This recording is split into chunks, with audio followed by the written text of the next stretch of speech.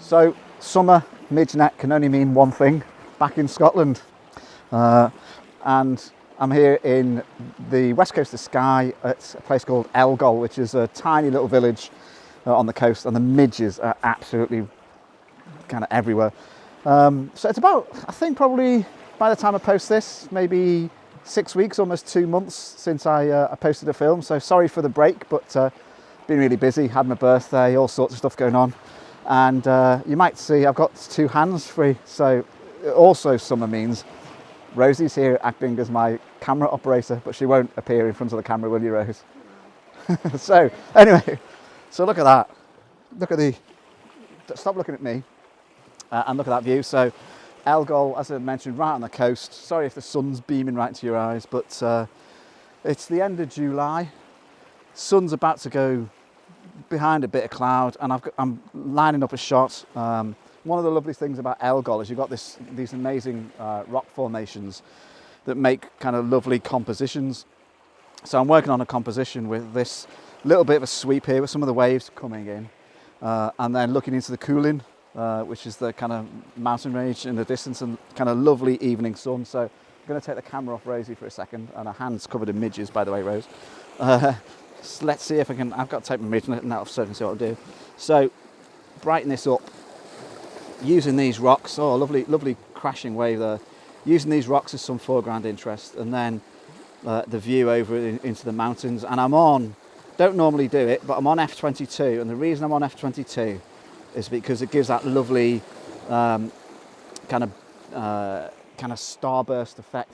I mentioned it before, because of the way the lenses are created. If you go to f22 and shoot towards the sun, you get that kind of starburst effect. But the main thing I'm here for actually is hopefully just after sunset, get some kind of light in the sky. And it was raining when we got here, wasn't it, Rose? So I'm going to work on that. You might see, I'll just show you.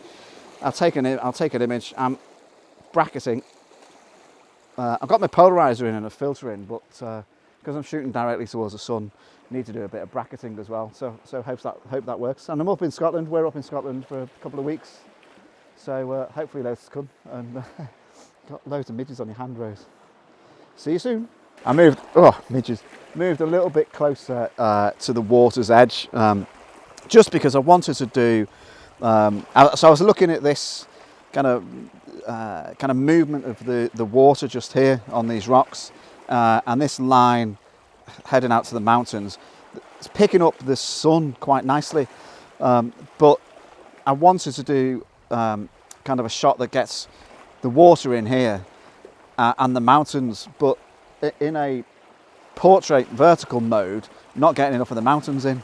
So I would have had to do a couple of images to get a panorama together. What I'm actually doing is doing a vertical panorama. So I'll show you the starting kind of down like that. I'll let you see. So I want to get this movement in here. So I'm taking my reading off the water over here. And just wait for a wave to come in. There's one there. So still bracketing.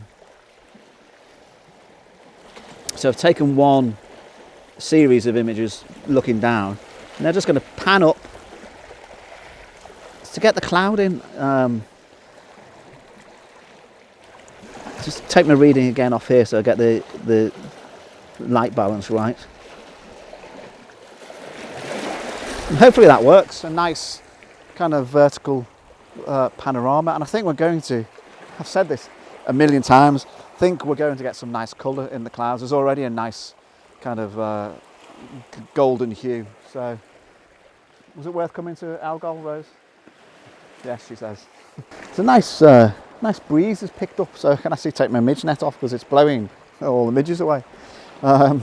So previously I was just over here, quite low down, shooting across the surface of the water and these rocks. But as you can see, I've extended my tripod legs to the full height, and then the centre column a bit, just because not now really interested in this foreground, because I've done that. I'm just taking a shot across the mountain range which has gone a lovely blue, which probably be difficult to pick up in my camera. Sorry, it's a bird flying over, but it's a gull. But there's some nice colours appearing in the background. So I'm taking an image. I'm on about, so I've got my lens at about f/18, so it's quite wide angled, but I'll only be interested in the center part of the image when I do my processing. So if I show you, I'm using my guidelines. It's kind of a rough area of where I'll crop the image. So I'll do a 3:1 crop. So obviously that's 3, and that's a useful tip actually. If you're in Lightroom on Photo Shelter, 3:1 is a kind of panorama ratio. But obviously on your guidelines give you a 3:1 because it's 3 across and 1 up. So I'm just looking at those guidelines across the middle. So ignore the top and the bottom of the screen. Just focus on the middle bit. I've focused on the kind of mountains in the distance, and I'm taking my meter reading just off the brightest bit of the sky, which is just over to the side of the mountain there. And it will give a kind of silhouette. So the final image, the mountains will be a silhouette, but you've got that nice hue. It's kind of an orangey pink. So I just noticed one of the... I was taking that f/22. There's no need to at all. I can take it on something like f/8 because I'm focused on the mountains, not interested in the foreground.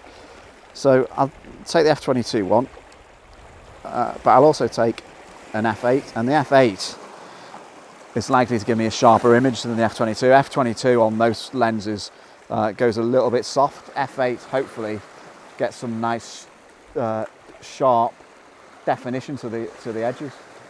So that will definitely end up as a crop. Is that there's something in the water there. I can't tell whether it's a buoy, as in a buoy, or a seal. I'll keep watching for a bit. So some lovely colour coming in the sky now, and I think maybe in a couple of minutes it'll be even pinker. And I've donated my jumper to Rose because she was cold. But my flashcard filled up, and I had to change it. I just wanted to recommend something. So I've seen people recommending these hard flash cases on other YouTube channels, branded ones that were like 25, 30 quid. This one off Amazon, I think the only difference I can spot is it hasn't got a brand along here, but pretty good. Got your cards in, it's waterproof, it's tough.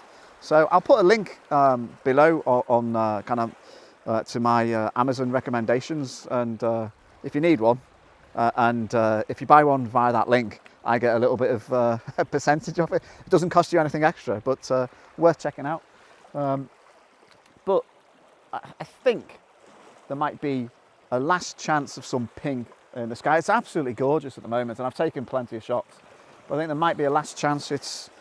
The sun is technically now down, so it must just be over the horizon. Just waiting for that kind of red to grow, and then we'll be done. So some lovely colours now. Hopefully you can see over my shoulder, kind of pinks just shining up on the clouds, and then there's oranges in the background. But I think probably the brightest colours have gone. So hopefully got some decent images.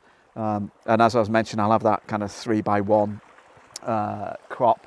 And Rosie and I were just thinking it looks a little bit like a scene from Jurassic Park, so going to Photoshop some T-Rex over there. So going to hang around for a few more minutes, but I'm going to say bye just before it goes too dark to say anything to you. And as always, look forward to reading your comments. If you've got any questions, let me know, and I'm sure I'll have a few more videos from Scotland coming up pretty soon. So see you next time. Bye.